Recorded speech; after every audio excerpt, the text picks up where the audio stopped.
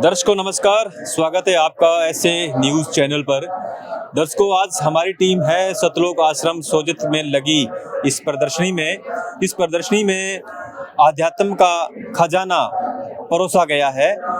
न सिर्फ शास्त्रों के आधार पर बल्कि यहाँ पर कटआउट्स के माध्यम से भी कुछ चीज़ों को समझाने की कोशिश की गई है। आप मेरे पीछे देख सकते हैं, एक कटआउट लगा हुआ है जिसमें एक डेड बॉडी पड़ी है और पीछे कुछ दिखा रखा है। वो अभी हम इनसे जानेंगे कि इस पूरे कटआउट्स की क्या है डिटेल। सर, इस कटआउट के माध्यम से आप दर्शकों को क्या समझाना चाह रहे हैं? सर, आपको ये बताना चाह रहे हैं कि आप यहाँ जैसे देखिए, इस कटआउट के आगे यहाँ पे हमने लिख भी रखा है कि स्वर्ग भेजने के नाम पर काशी में करौत लगाकर भोले श्रद्धालुओं को मौत के घाट उतारते लालची ब्राह्मण तथा भोले श्रद्धालुओं की आत्मा को स्वर्ग में जगह देने की प्रार्थना करने का ढोंग करते लालची पंडों ने भ्रम फैलाया था कि ये करौत भगवान की तरफ से आता है।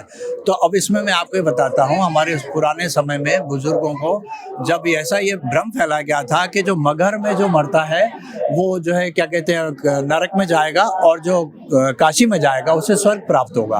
तो इस तरह से बुजुर्गों के मन में था कि हम भी स्वर्ग में जाएं। तो उसके अकॉर्डिंग जो है क्या कहते हैं उन्होंने अपने घर वालों से कहा हमारा समय नज़दीक आ गया है, अब हमें जो है काशी भेज दिया जाए। तो उसको देखते हुए उनके घर वालों ने उन बुजुर्गों को काशी में भेजना शुरू कर दिया। जब काशी में कई पंडों के घर पे काफ़ी संख्या में लोग एकत्रित हो गए तो उन्होंने देखा भाई ये तो काम और ख़राब हो गया। तो उन्होंने एक करौत लगाया। करौत के नाम से आप ये देखिए, यहाँ एक करौत आपको दिखा गया, इस कटआउट में आपको बताया गया है कि करौत लगाया गया। ऐसा कहा कि ऊपर से आदेश आया जिसको स्वर्ग जल्दी जाना है वो जो है करौत में जो है अपना शीश कटाए और अपना जो है क्या कहते हैं स्वर्ग पहुंचे। इस तरह से हमारे पाखंड इतने समय से इस समय फैलाया था। उस समय कबीर साहब जी ने इसका करौत का विरोध किया था। सो वही आज विडंबना यही है कि इतिहास पुनः दोहराया जा रहा है। पहले करौत वाला सिस्टम था, आज आप ये देखेंगे अभी ताजी घटना है कि हमारे कुंभ मेला आयोजित हुआ था। उस कुंभ मेले में जो है कई भगदड़ में कई लोगों की मौत हो गई, जिसमें कि हमारे तथाकथित उनको मैं कहूँ पाखंडी लोग जो कि ऐसा कहते हैं, जैसे धीरेन्द्र शास्त्री जी, मैं आपको स्पेशली नाम लेके बताऊं कि उन्होंने ऐसा भी कहा था कि वहाँ मरे नहीं हैं, वो सीधा जो है क्या कहते हैं स्वर्ग गए हैं, उनको मोक्ष मिला है। तो क्या वे धीरेन्द्र शास्त्री खुद मोक्ष को प्राप्त होना चाहेंगे?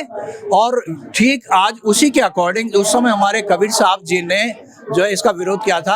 आज उसी के अकॉर्डिंग उसी के रूप में संत रामपाल जी महाराज जी कबीर के ज्ञान को बताते हुए इसका विरोध करते हुए बता रहे हैं कि ये सब पाखंड है। तो क्या आप धीरेन्द्र शास्त्री के स्टेटमेंट से सेटिस्फाइड नहीं है कि जो वहाँ मरे दुर्भाग्यवश तो उनका मोक्ष हुआ या वो स्वर्ग गए? क्या आप इस बात से सहमत नहीं है?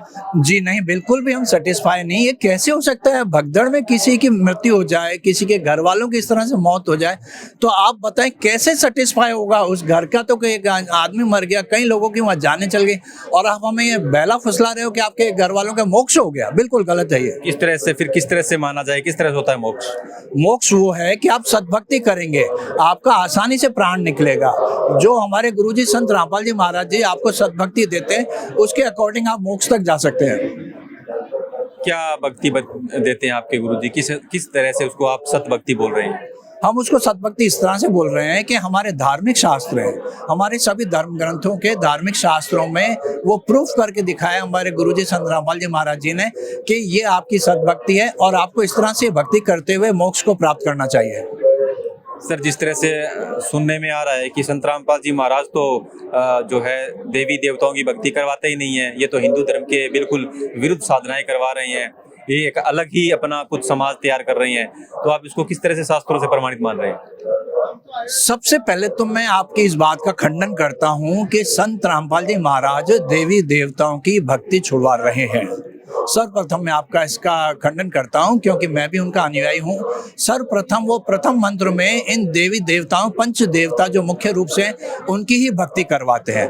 उसके बाद वो गीता जी, पवित्र गीता जी में ये जो है क्या कहते हैं उसका उदाहरण है कि जो संत होगा, जो पूर्ण संत होगा, वो आपको 3 चरणों में मंत्र देगा।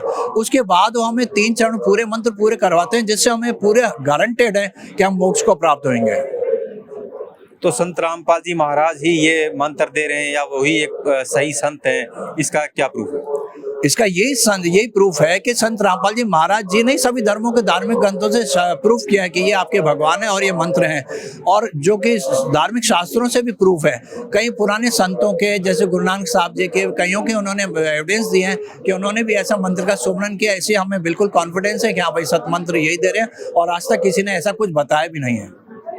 बहुत बहुत धन्यवाद। सत साहिब।